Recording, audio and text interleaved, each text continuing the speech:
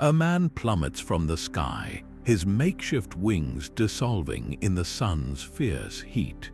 This iconic fall belongs to Icarus, and his story is one of humanity's oldest and most haunting warnings. We are about to unravel the full, tragic tale of Daedalus and Icarus, a narrative woven from genius, ambition, and a single, heartbreaking mistake. By the end, you will understand the profound lessons buried within this ancient myth about the perilous line between brilliance and folly.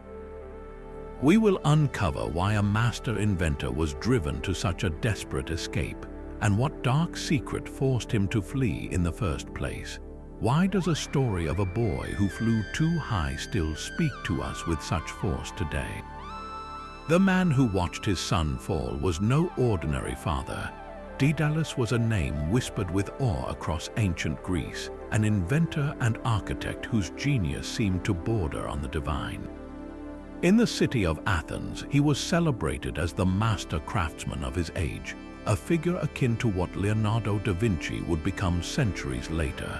His mind was a forge of impossible ideas, and his hands brought them to life. He was said to have created statues so lifelike they appeared to breathe, and buildings of such clever design they defied conventional understanding. This immense talent, however, was a double-edged sword. His intellect was his greatest gift, yet it also cultivated a pride that could blind him to consequence. Daedalus lived in a world of his own brilliant making, a realm where problems were puzzles to be solved by logic and craft, a perspective that would soon lead him into a labyrinth far more dangerous than any he could ever build. Daedalus stood at the pinnacle of his craft, yet a shadow was growing in his own workshop. His nephew Perdix, a mere boy, possessed a natural ingenuity that began to rival his own. Some legends call the boy Talos, but his fate remains the same. Under his uncle's tutelage, Perdix observed the world with a fresh, unburdened mind. One day, while walking along the seashore, he picked up the spine of a dead serpent, its jagged, interlocking bones a perfect model of a new tool. By mimicking this natural design, he invented the world's first saw, a revolutionary device that could cut through wood and stone with astonishing ease. His creativity did not stop there. He is also credited with creating the first pair of compasses, an instrument that could draw a perfect circle from a single fixed point. This was not just learning, it was a leap of imagination that threatened to eclipse the master himself. A simmering envy began to poison Daedalus's heart. Where he once saw a promising student, he now saw a rival, a living challenge to his status as the greatest inventor of the age. The boy's effortless brilliance was a mirror reflecting his own fading glory. This bitter jealousy festered until it finally boiled over into a moment of unspeakable betrayal. Luring his nephew to the sacred heights of the Acropolis, the very heart of Athenian power and wisdom, Daedalus feigned a casual conversation.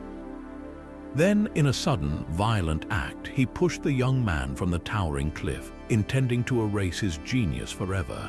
But the gods were watching. The goddess Athena, the patron of wisdom and craft herself, witnessed this monstrous act. She could not allow such pure talent to be extinguished out of petty pride. As Perdix fell, she intervened, catching him in mid-air before he could be dashed upon the rocks below. In a profound act of transformation, she changed him into a bird, the very first partridge. This new form allowed him to escape death, but the memory of his fall remained. To this day, the partridge is a bird that avoids high places and lofty flights, preferring to nest in hedges and low brush, a perpetual, living reminder of that terrible betrayal from above. For his crime, Daedalus was no longer welcome in Athens. The city that had once celebrated him now cast him out, forcing him into exile. He became a fugitive from his own home, his reputation forever stained by the blood of his kin. This act of exile was more than a punishment. It was the first step on the path that would lead him to a far more famous prison. His brilliant mind, once the pride of Athens, now had nowhere to go, a dangerous tool seeking a new patron who would inevitably recognize both its power and its peril. Cast out from Athens, Daedalus found refuge on the sun-drenched island of Crete. This was no serene paradise, however, but the domain of the formidable King Minos, a ruler whose power was as absolute as his will. Minos recognized the exiled inventor's genius immediately, seeing in Daedalus not a guest but a spectacular new tool for his kingdom. He offered the craftsman protection and a workshop, but this patronage came with invisible chains. Daedalus was a prized possession, his brilliant mind a resource to be directed solely toward the king's ambitions. Their relationship was a tense dance of mutual need and underlying threat. Minos provided the materials and the problems, and Daedalus was expected to deliver impossible solutions. The inventor, ever the pragmatist, understood his precarious position. He was both celebrated and imprisoned, his every creation simultaneously a testament to his skill and a reinforcement of his cage. He built wondrous toys for the royal court and designed fortifications that made the island impregnable, all under the watchful eye of a king who would never let such a valuable asset simply walk away. This tense balance of creation and control would soon be shattered, however, by a secret that threatened the very foundation of Minos' power. King Minos had a problem that only Daedalus could solve. Deep within the palace walls, a monstrous secret was growing, a creature born from the king's own shame and the wrath of the gods, the Minotaur. This being, half man and half bull, was a living symbol of a broken oath and a divine punishment, and it needed to be contained. Minos turned to his brilliant captive and issued his most demanding commission yet. He ordered Daedalus to design a prison so complex, so utterly bewildering, that the monster within could never find its way out, and that any soul sent inside would be lost forever. This was to be the Labyrinth. Daedalus set to work, his mind weaving stone into a masterpiece of confusion. He designed not just a maze, but a three-dimensional puzzle of endless corridors that doubled back on themselves, of stairways that led nowhere, and of passages that shifted and turned in ways that defied all logic. It was a place designed to break the human spirit, to disorient the senses so completely that hope itself would evaporate in the oppressive silence. The sheer genius of its construction was its greatest cruelty, a beautiful, terrible trap. And here lies the profound irony that echoes through the ages. Daedalus, the architect of this legendary prison, was already a prisoner himself, bound to the service of a ruthless king. In crafting the ultimate cage for a monster, he was merely perfecting the form of his own gilded captivity. He built the one structure from which he himself could not escape, for while the Minotaur was trapped within its walls, Daedalus was trapped by the man who owned them. The creator had become the first and most important inmate of his own creation, a fate sealed by his unparalleled genius. This perfect, inescapable maze would soon become the backdrop for an even greater act of defiance, one that would force the master to turn his skills against his jailer. But the story of the Labyrinth truly begins with a scandal that threatened to topple the king himself. The creature at its heart, the Minotaur, was not some random monster from the wild, but a direct result of royal pride and divine punishment. It all started with King Minos and a magnificent white bull. To secure his right to the throne, Minos had prayed to the sea god Poseidon to send him a sign, a bull from the depths that he would then sacrifice in the god's honor. Poseidon agreed, and a stunningly beautiful, pure white bull surged from the waves. But when Minos saw this magnificent creature, his greed overcame his piety. He found the bull too perfect, too valuable to kill, so he broke his sacred vow, keeping the bull for his own herds and sacrificing a common one in its place. This act of arrogance did not go unnoticed. The gods do not take broken oaths lightly, and Poseidon's response was both swift and cruel. He did not strike Minos down with a thunderbolt, but instead crafted a far more insidious punishment, one that would poison the king's own household. The god of the sea inflicted a powerful, unnatural desire upon Minos' wife, Queen Pasiphae, causing her to fall into a deep and uncontrollable passion for the very same Cretan bull. This was a torment designed to humiliate a king who valued his honor and control above all else. Consumed by a shameful longing she could neither understand nor resist, the queen grew desperate. In her distress, she turned to the one man in Crete who could solve an impossible problem, the brilliant and captive inventor, Daedalus. She confessed her terrible secret and begged him for a solution, a way to fulfill her cursed desire. Once again, Daedalus's genius was called upon, not for glory, but to facilitate a deception that would shake the kingdom. He did not judge or refuse. Perhaps he saw a kindred spirit in the queen, another soul trapped by a force beyond their control. Or perhaps as a prisoner himself, he felt he had no choice but to obey a royal command. With his unparalleled skill, he constructed a masterwork of deception, a hollow wooden cow so lifelike it fooled the very senses. He covered its framework with a real cow's hide and even engineered it to mimic the posture and smell of a living animal. This artificial creature was then wheeled out into the meadow where the bull grazed. Pasiphae climbed inside the contraption, and the unspeakable union was achieved. From this unnatural act, a child was born, but he was no ordinary prince. The infant, named Asterion, was a monstrous hybrid with the body of a human and the head and tail of a bull. He was the living, breathing evidence of the queen's transgression and the king's humiliation, a permanent scar on the royal lineage. As the boy grew, his ferocity grew with him until he could no longer be hidden away in the palace chambers. He became the Minotaur, the bull of Minos, a constant, roaring reminder of a broken promise to a god. It was this creature, born from divine wrath and human ingenuity, that necessitated the labyrinth.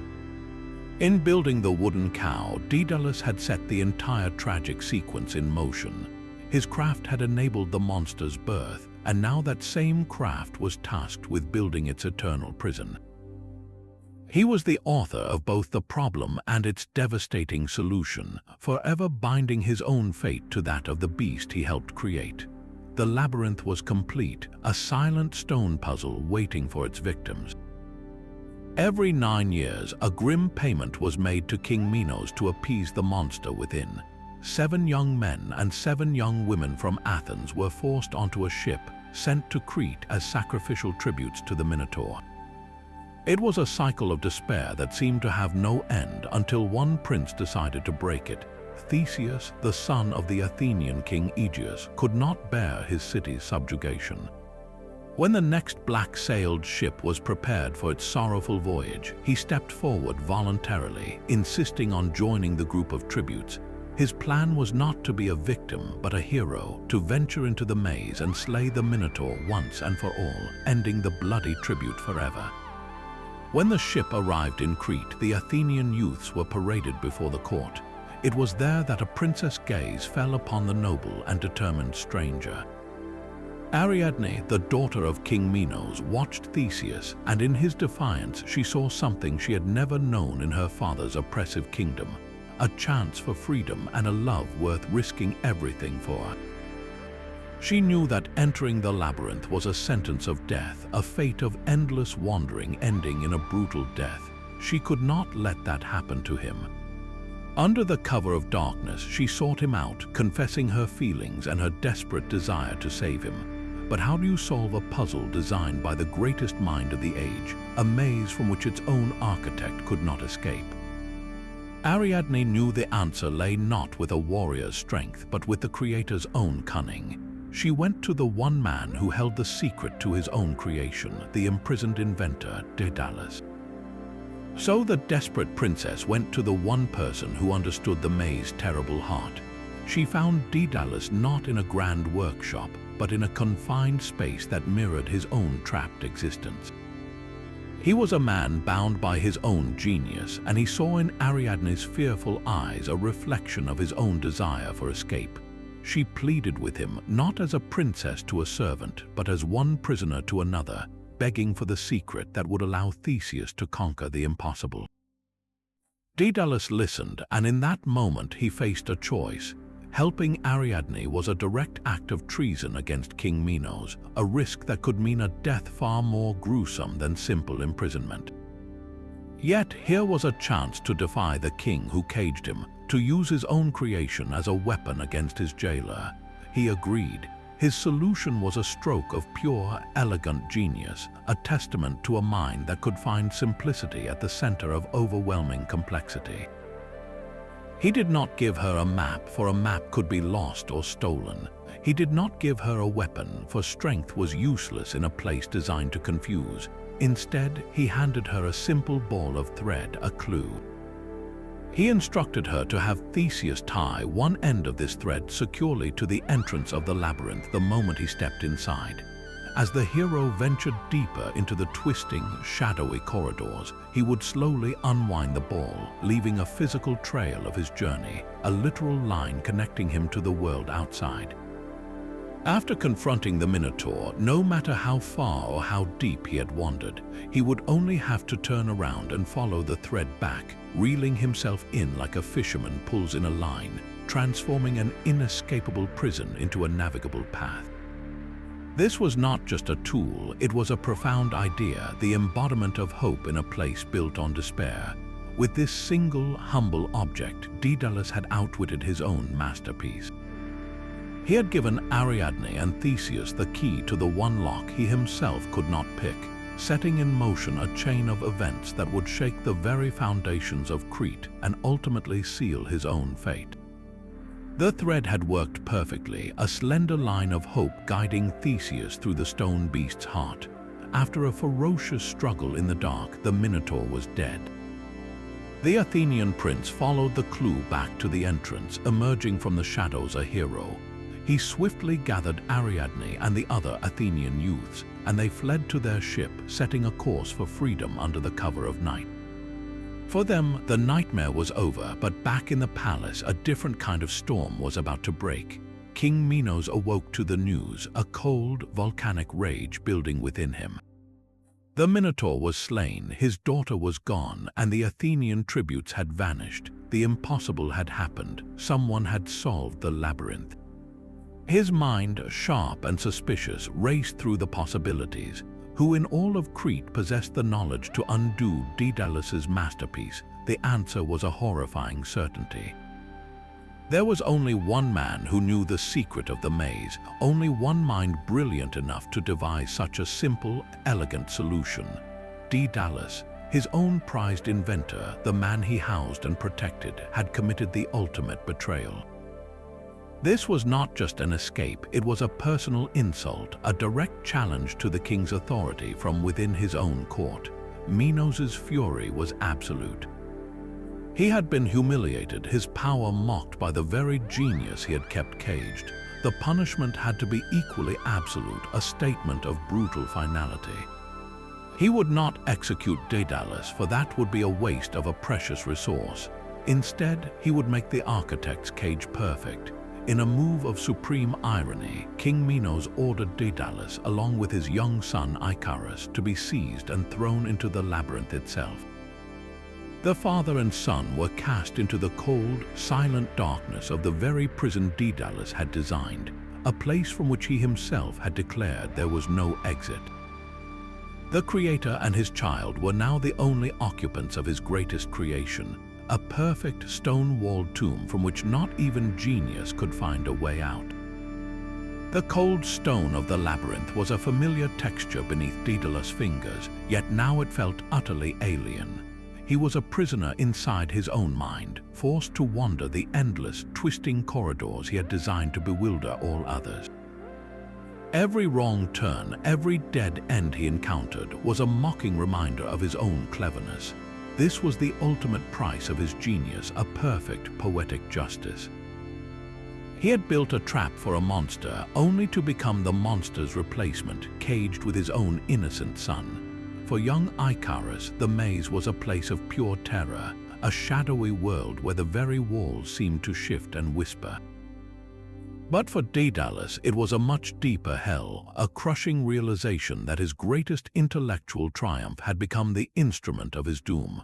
How could a mind that conceived such perfect complexity now be defeated by it? The answer was a bitter truth he had to swallow. He had designed the labyrinth to be unsolvable from within, a puzzle with no solution for its occupants. He was now facing the flawless execution of his own terrible plan. Days blurred into an endless cycle of hopeless wandering. The meager food and water left for them by the gods only prolonged the agony, stretching their despair. Icarus' spirit, once bright and curious, began to dim under the oppressive silence and the chilling certainty that they would die there, their bones lost in the dark. Daedalus watched his son's hope fade, and that was a torment far greater than any the maze could inflict. He was not just an inventor who had failed, he was a father who had led his child into a grave of his own making. This profound failure ignited a new, desperate fire within him. His intellect, the very thing that had built this prison, was now his only possible key. He could not outthink the maze's design, for he had made it perfect. So he began to look for a solution not on the ground but above it. He turned his gaze upward to the small slivers of sky visible between the high walls. If the labyrinth was a puzzle of the earth, then perhaps their escape lay in conquering the air itself. This was not just a plan, it was an act of supreme defiance, a decision to use his genius not to build a cage but to break free of one, no matter the unimaginable risk. Hope is a fragile thing in a stone labyrinth, but Daedalus watched it soar overhead every single day.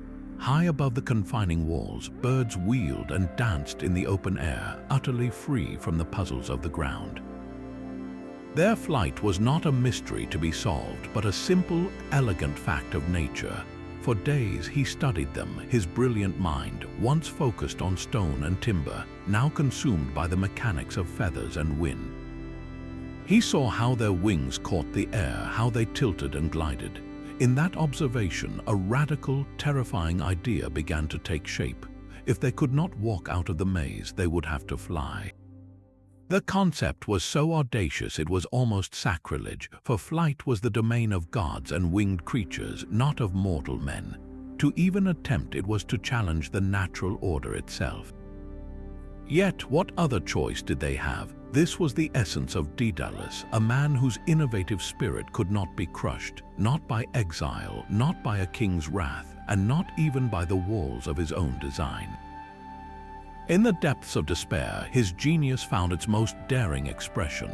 He would build wings. He turned his prison into a workshop, scavenging feathers that drifted down into the courtyard and gathering discarded bits of wax from the guards' candles. He was like a master painter forced to create a masterpiece with only mud and twigs, yet his vision was undimmed. He explained the principle to his son, Icarus, his voice a low, intense whisper in the silent corridors. He described how the wings would work, not by magic, but by mimicking nature, by creating a broad surface to push against the air below them.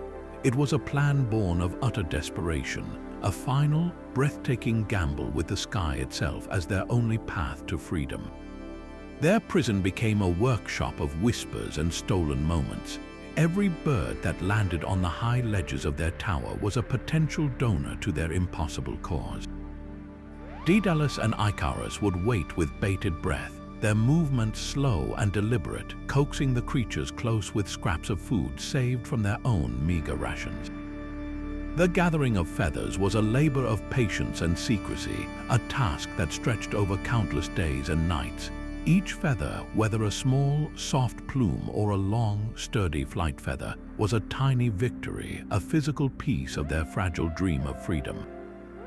They sorted them with the care of master jewelers, arranging them by size and type, the largest for the outer edges of the wings to provide lift, the smaller ones to fill in the gaps and create a smooth, seamless surface. The air in their cell grew thick with the faint, dusty scent of down and the palpable tension of their clandestine work. This was more than just construction. It was a father-son project forged in desperation, a shared purpose that slowly rekindled a light in Icarus's eyes. Yet, beneath the focused activity lay a constant, chilling fear. The sound of a guard's footsteps in the corridor outside would freeze them in place, their hearts pounding as they hastily concealed their precious, incriminating materials.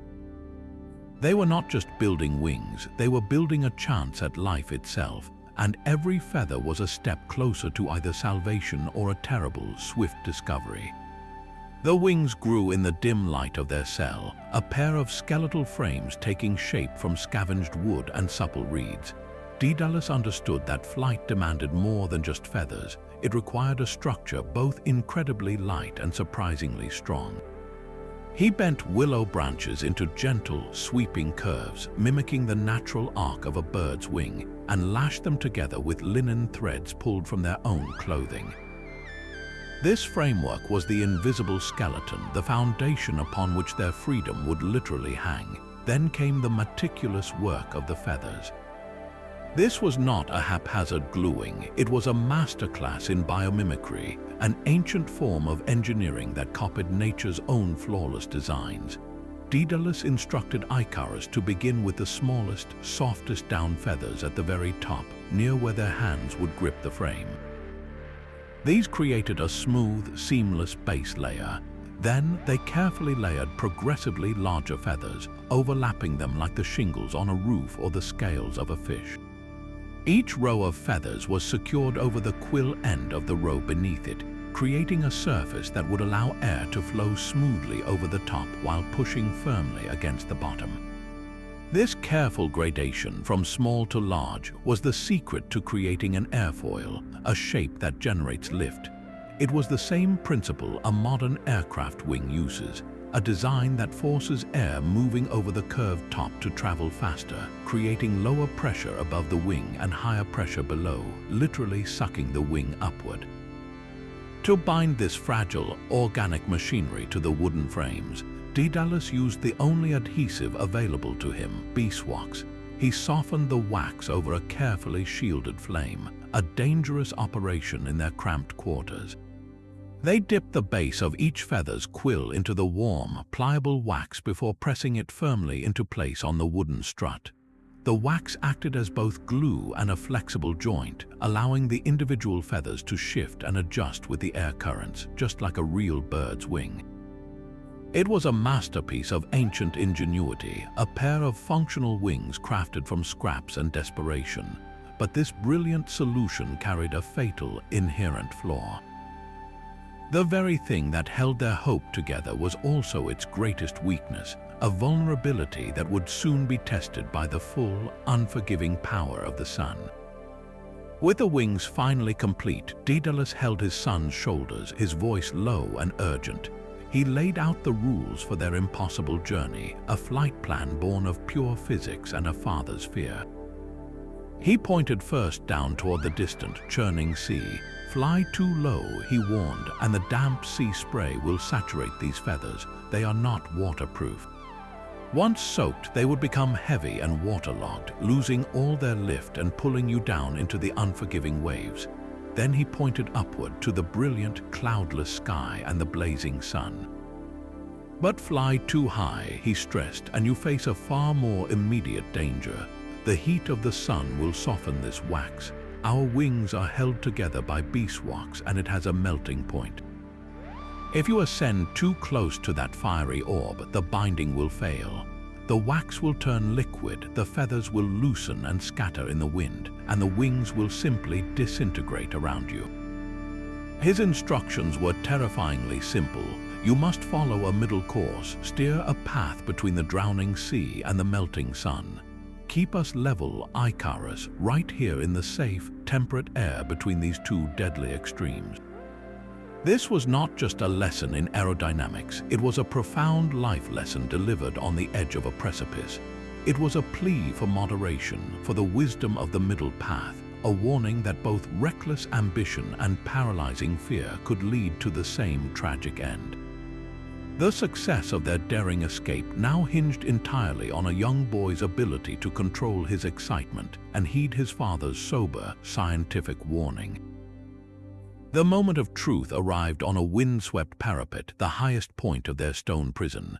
Daedalus secured the final strap on his son's shoulders, the makeshift wings feeling impossibly fragile against the vastness of the sky. Below them, the intricate patterns of the labyrinth sprawled like a madman's puzzle, a sight that had once filled Daedalus with pride and now filled them both with dread. He met Icarus's wide, fearful eyes and gave a single, firm nod. There were no more words of warning, no final instructions. This was a leap beyond logic, a gamble with the very air itself. Together, they climbed onto the stone ledge, the sea wind tugging at their feathers, a chaotic invitation. For one heart-stopping second, they hesitated on the brink, the human instinct to stay grounded screaming against their desperate need to be free.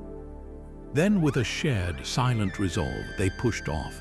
The ground fell away in a terrifying rush, a plummet that stole the breath from their lungs, but then instinct took over. Arms straining, they thrust their wings downward, catching the air with a solid, miraculous push. The plummet slowed, then ceased. They were not falling. They were flying, the terror that had gripped them shattered, replaced by a wave of pure, unadulterated exhilaration. The wind was no longer a threat, but a supporting force, a river of air carrying them aloft. After years of confinement, first in service and then in stone, this was a liberation so profound it felt like being born anew. Icarus let out a whoop of joy that was carried away by the wind, a sound his father had not heard since the boy was small. Below them, the island of Crete began to shrink, its palaces and harbors transforming into an intricate map, a toy kingdom they were leaving behind forever.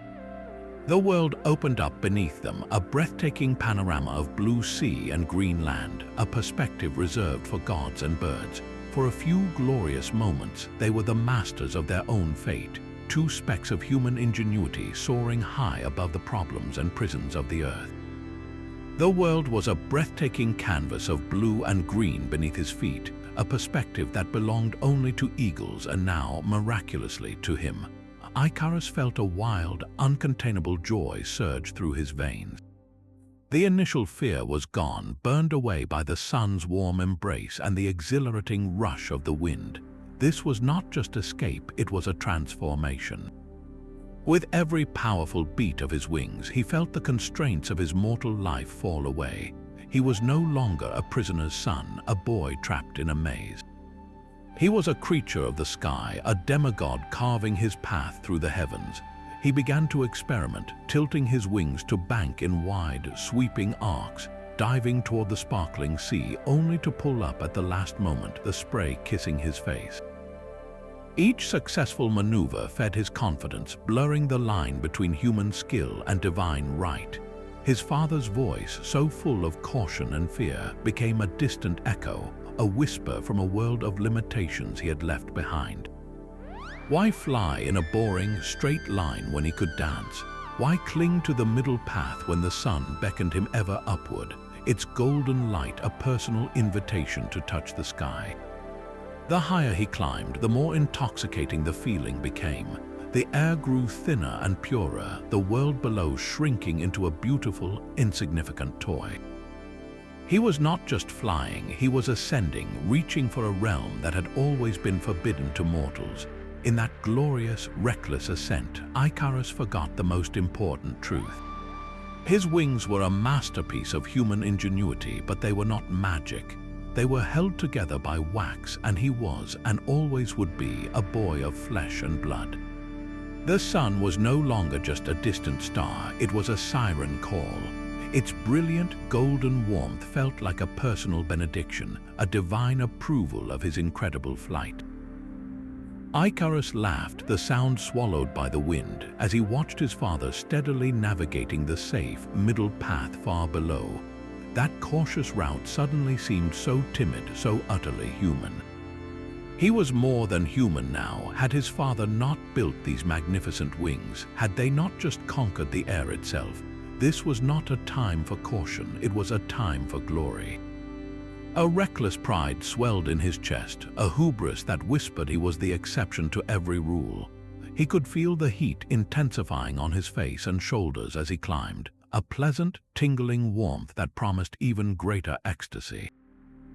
The sun was pulling him closer, an irresistible, glowing deity offering him a place among the clouds.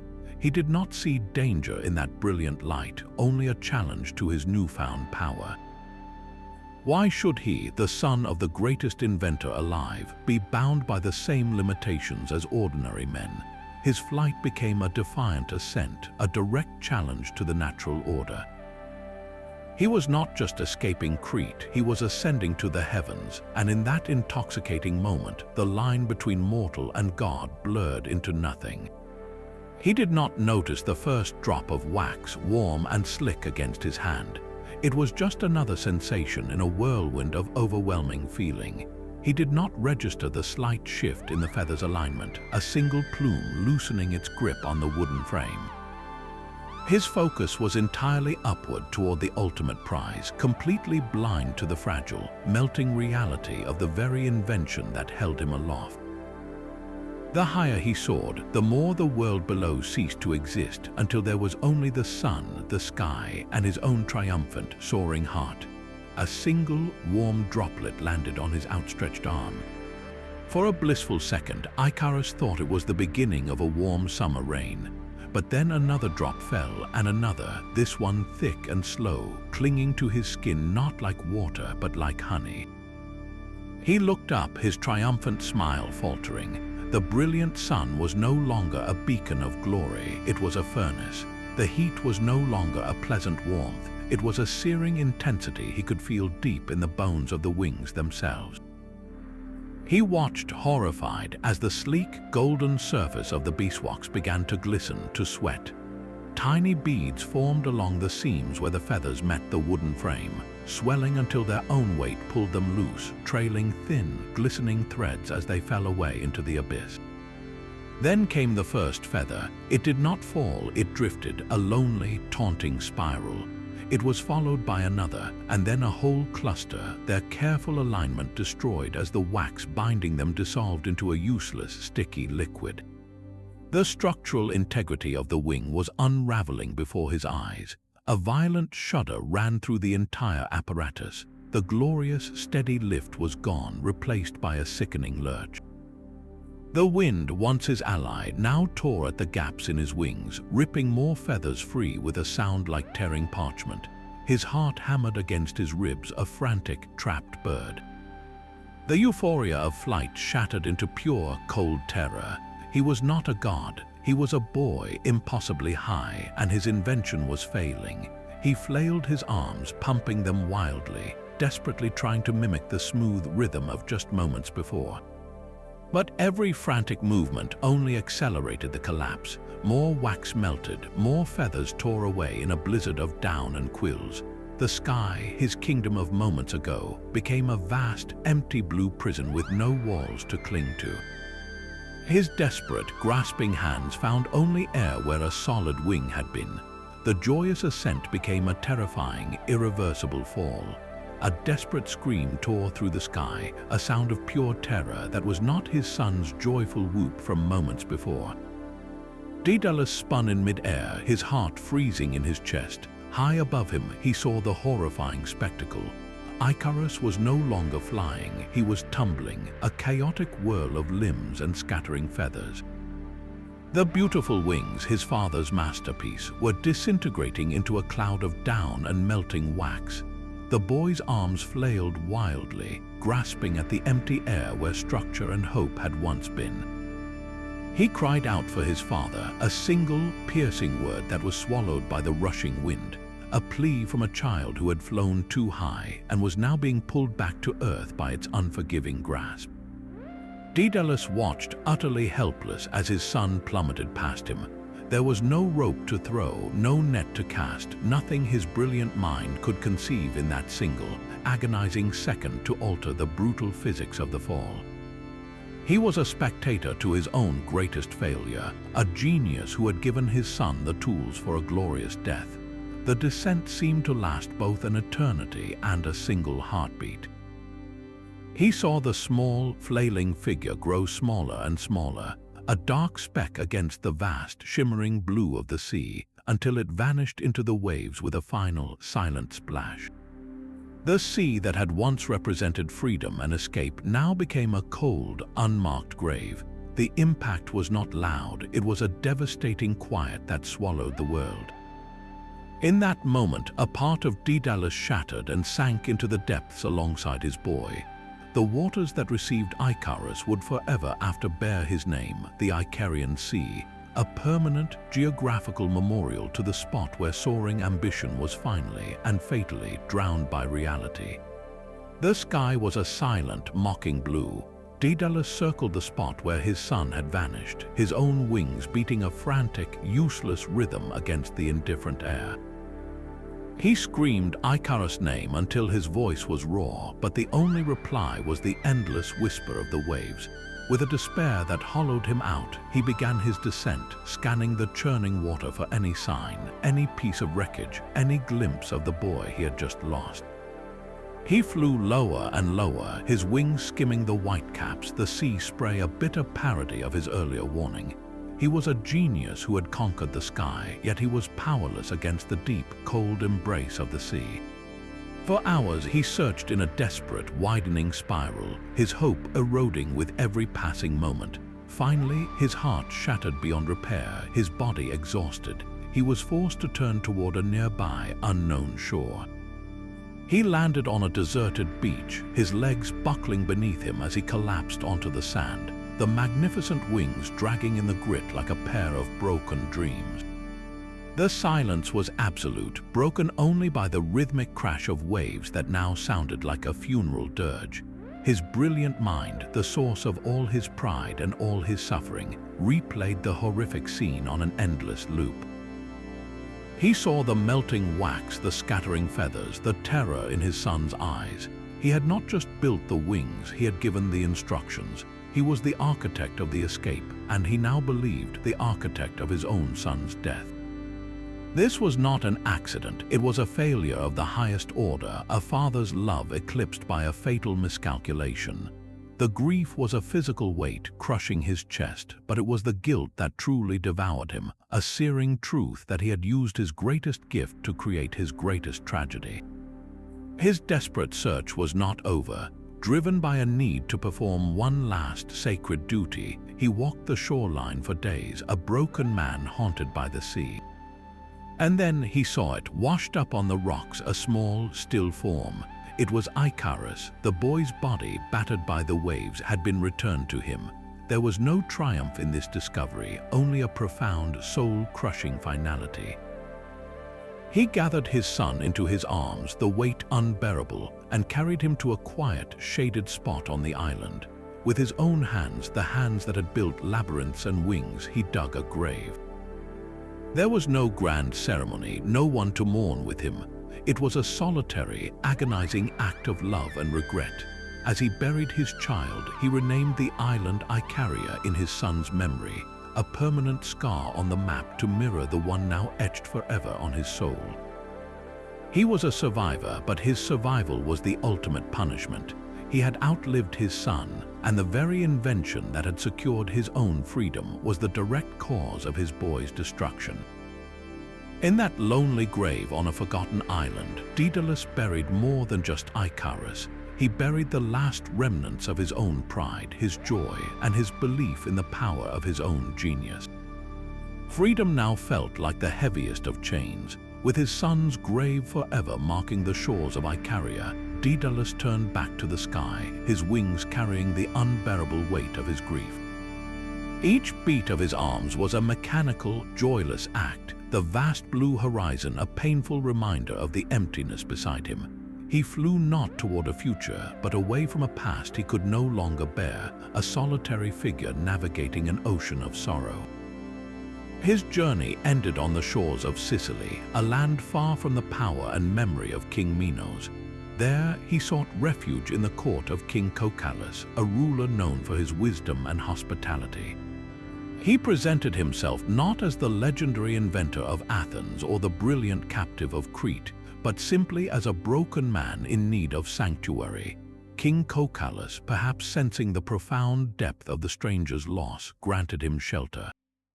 Daedalus was given a new workshop, a new life, yet he was a hollow shell of his former self. The hands that had once built wonders for kings now worked on simple, practical things, irrigation systems and fortified walls for his new protector. Each creation was functional, devoid of the artistic flair that had once defined him. His genius had not abandoned him, but his spirit had. The constant, driving passion for innovation was gone, replaced by the quiet, dutiful work of a man simply passing time. He lived each day with the ghost of his son hovering just over his shoulder, the memory of Icarus' laughter and his final, terrified cry a permanent echo in his mind. He had escaped the labyrinth of stone, but he had built a new one within his own heart, a maze of guilt and regret from which he could never find the exit.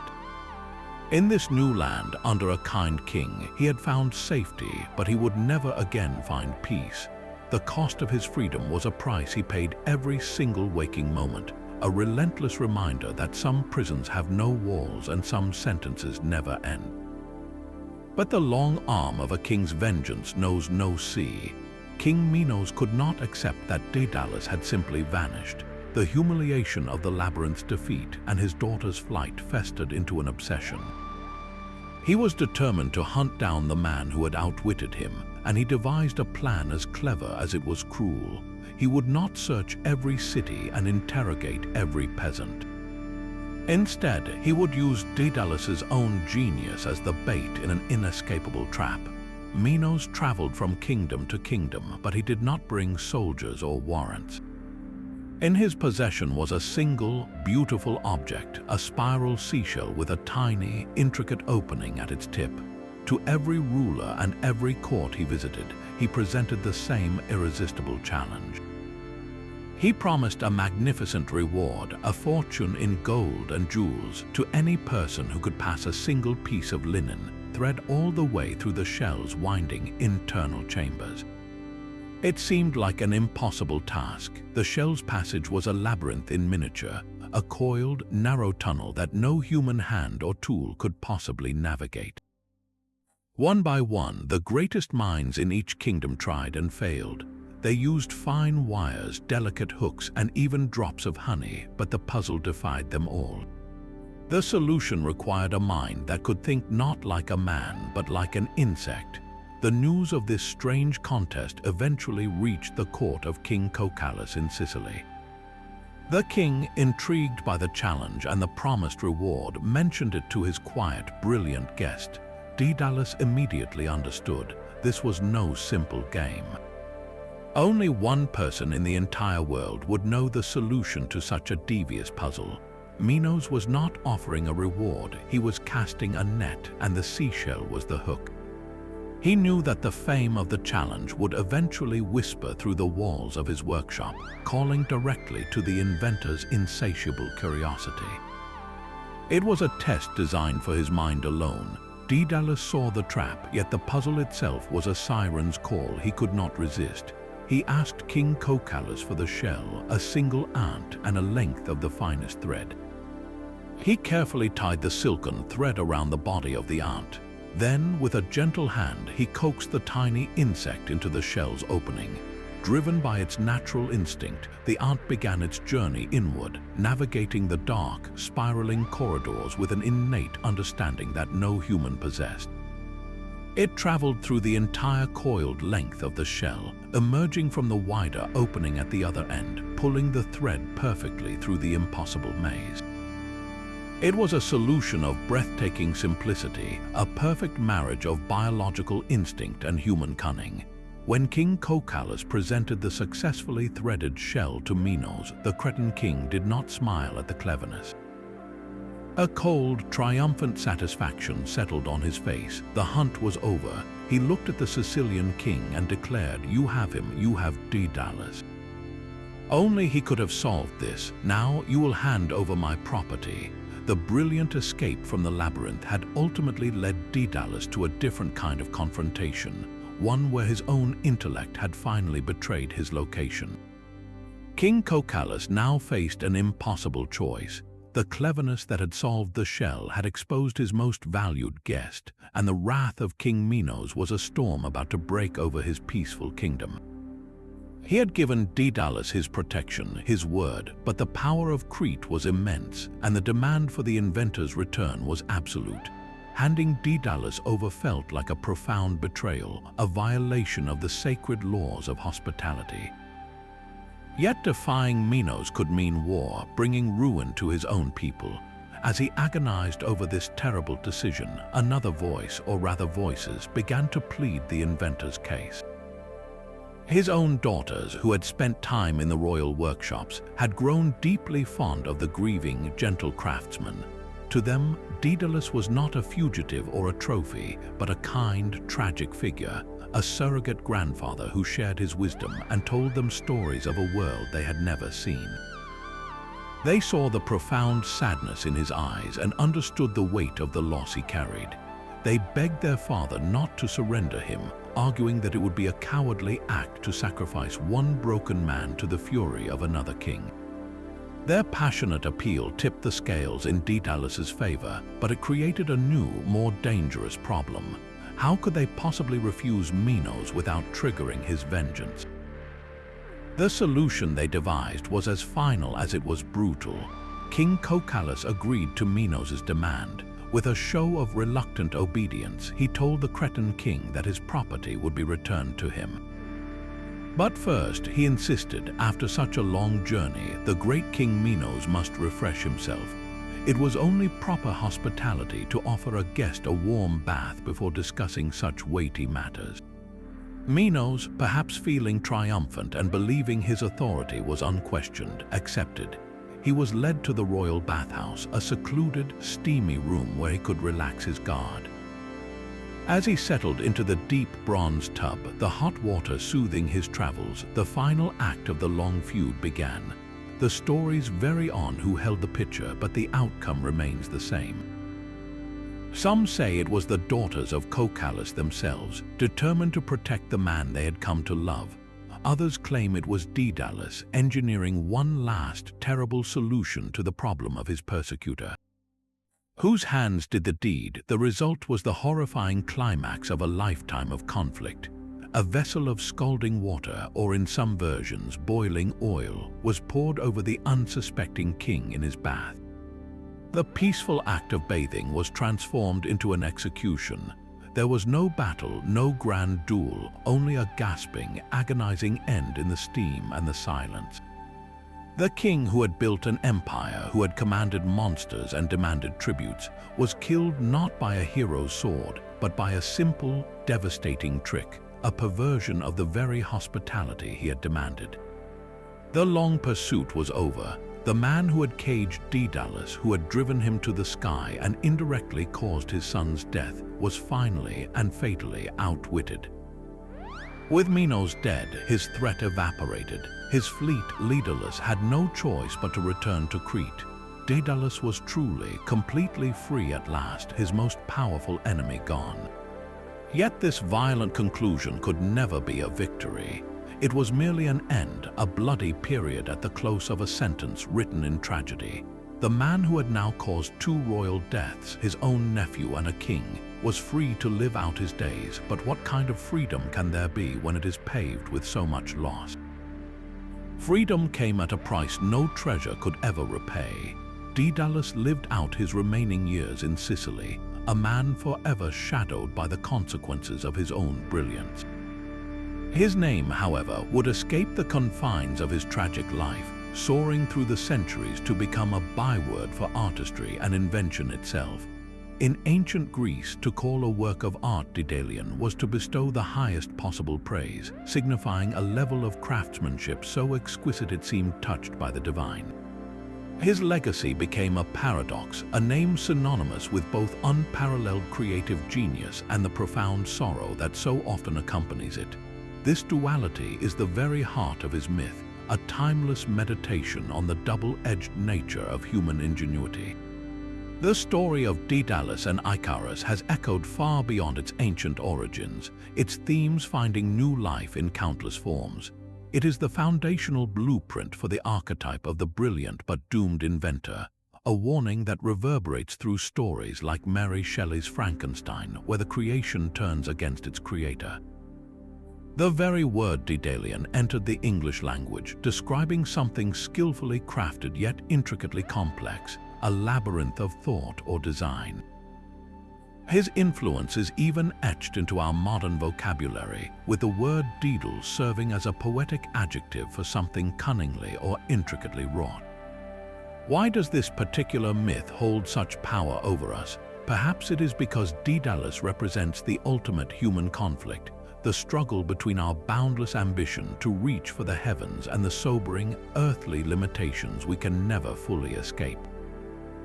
His story is not a celebration of invention, but a poignant exploration of its cost.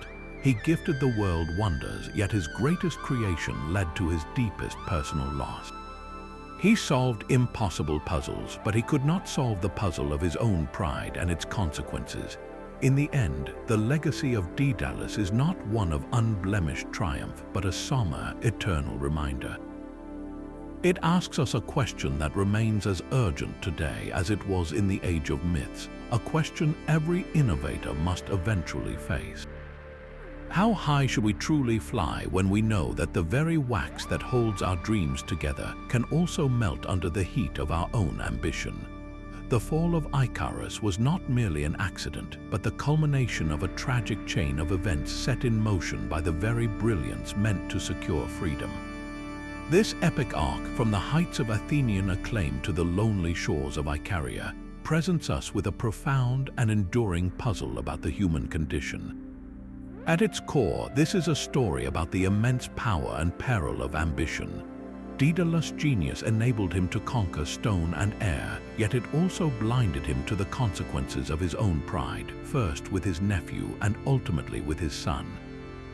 His inventions were never just tools, they were manifestations of a mind that refused to accept limits, a drive that we celebrate and fear in equal measure. With that great genius, however, comes an even greater responsibility. Daedalus crafted the wings and delivered the warning, understanding the physical laws that governed their flight. But did he truly comprehend the emotional laws that would govern his son's heart? He provided the technology for escape, yet he could not instill the wisdom required to wield it. This is the timeless dilemma of creation, where the inventor's vision and the user's reality can diverge with catastrophic results. The peril of ignoring wise counsel forms the heartbreaking pivot of the entire myth. Icarus, intoxicated by the ecstasy of flight and a sense of divine invincibility, treated his father's careful, scientific advice as a constraint for a lesser being. He chose the thrill of the sun over the safety of the middle path, a decision that highlights the eternal, dangerous allure of hubris. That single Greek word, hubris, meaning excessive pride or defiance toward the gods, is the dark thread woven through this entire narrative. It was the hubris of Minos that angered Poseidon. It was the hubris of Daedalus that led to his nephew's fall and his own imprisonment, and it was the hubris of Icarus that led to his fatal descent. The myth argues that to overreach, to believe yourself above the natural order or immune to fundamental laws, is to invite a devastating fall. And so this ancient story continues to soar through our modern world, its metaphor more relevant than ever. We see Icarus in the unchecked ambition that drives financial markets to collapse. We see him in the technological innovations that outpace our ethical understanding. We see him in the personal choices where passion and pride drown out the voice of caution. The fall is a permanent fixture in our collective imagination, a stark, beautiful, and terrifying reminder that our greatest strengths contain the seeds of our greatest downfalls. Every time we reach for a new sun, whether in science, art, or our own lives, we carry with us the memory of that boy plunging from the sky, a perpetual caution that the wax that binds our wings is always and forever vulnerable to our own heat.